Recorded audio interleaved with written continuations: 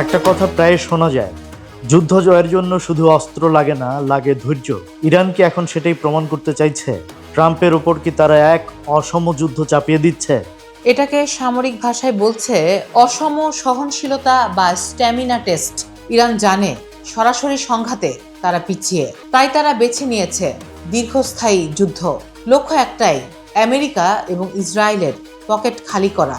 তার হরমুজ প্রণালীকে জিম্মি করে জ্বালানি তেলের দাম বাড়াতে চায়, আর এই মুদ্রাস্ফীতির চাপ সরাসরি পড়বে 2026-এর নির্বাচনে। ট্রাম্পের make America great again slogan কি তবে এই অর্থনীতির চাপে ধুঁকবে?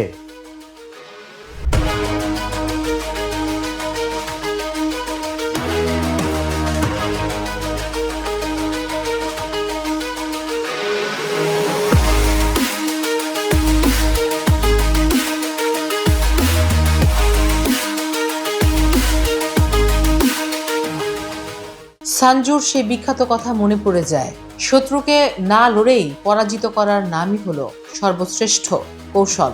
ইরান ঠিক সেটাই করছে। সস্তা ড্রোন দিয়ে আমেরিকার কোটি টাকার ইন্টারসেপ্টর মিসাইলগুলোকে ফুরিয়ে ফেলতে চাইছে। আমেরিকাও কি চুপ করে বসে থাকবে?